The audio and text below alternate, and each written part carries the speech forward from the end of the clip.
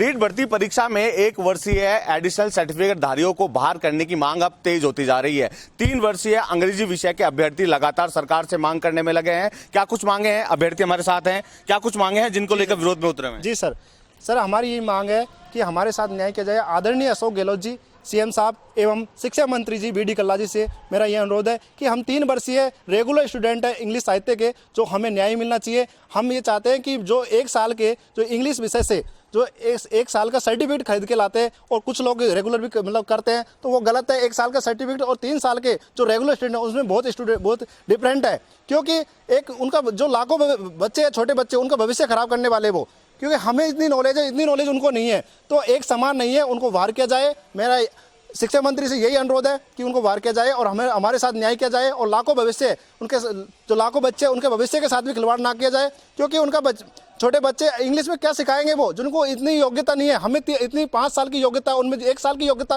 कितने ऐसे कैसे समान माना जाएगा? हाँ बिल्कुल, देखिए 1 साल का अंग्रेजी विषय का सर्टिफिकेट लेकर रीट भर्ती में शामिल हो गए हैं, जिसका विरोध हो रहा है।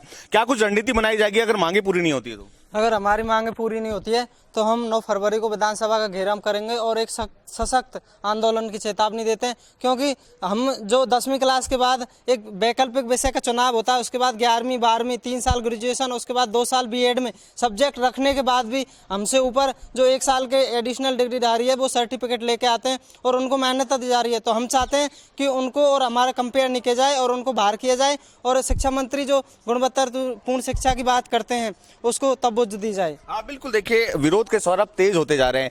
कितनी तादाद है 3 वर्षीय अभ्यर्थियों की पूरे प्रदेश में? 3 वर्षीय अभ्यर्थियों की सर तादाद कम से कम 1 लाख तो है ही है, 1 लाख से ज्यादा ही है। और सर एडिशनल वाले है ना जो 5000 के आसपास है। मैथ स्कोरिंग सब्जेक्ट होता है, मैथ में नंबर ले आते हैं, इंग्लिश से फॉर्म भर देंगे, इंग्लिश की कट ऑफ कम जाती है, हमारे हक को खा जाते हैं। कॉमर्स वाले हैं, कॉमर्स वाले भी यही चीज़ दोहराते हैं। सर हमने ऐसी सरकार से सभी जो अधिकारी हैं, शिक्षा मंत्री जी हैं, मुख्यमंत्री, सबको हमने ज्ञापन दे दिया और काफ़ी लंबे समय से सर भर्ती आई थी, उससे भी पहले हम आंदोलन कर रहे हैं। और अब चेतावनी देते हैं सरकार को हम कि 3 दिन का टाइम है। 9 फरवरी को हम बहुत ज़्यादा संख्या में विधानसभा का घेराव करेंगे और हमारी मांगों को पूरा करने की सरकार ध्यान दे। और बिल्कुल, देखिए लंबा समय हो गया है, विधायक से लेके मंत्री से लेके प्रशासनिक अधिकारी तक को ज्ञापन दिया गया, लेकिन सूद नहीं ली जा रही है। अब आक्रोश बढ़ता जा रहा है। 9 तारीख को चेतावनी भी दी है। किस तरह रणनीति बनाई जाएगी? सर रणनीति यही है, हम रिक्वेस्ट करें माननीय शिक्षा मंत्री एवं सीएम साहब से, अगर हमारी बात नहीं मानी तो हम बड़ी तादाद में विधानसभा का घेराव करेंगे। बैकलॉग संघर्ष समिति के अध्यक्ष डीके सिर्रा और भीम सिंह के नेतृत्व में हम सारे मिलकर लाखों लाख लोग विधानसभा का घेराव करेंगे और सड़कों पर उग्र आंदोलन करेंगे। सरकार से हम ये बार बार अपील कर रहे हैं, 1 वर्षीय एडिशनल सर्टिफिकेट धारियों को बाहर रखिए, ये गुणवत्तापूर्ण शिक्षा में नहीं आते हैं। ऐसे तो हम कंप्यूटर सर्टिफिकेट लेकर आते हैं RSCIT का, तो उससे हमें कंप्यूटर टीचर भर्ती में क्यों अलाउ नहीं किया जाता है?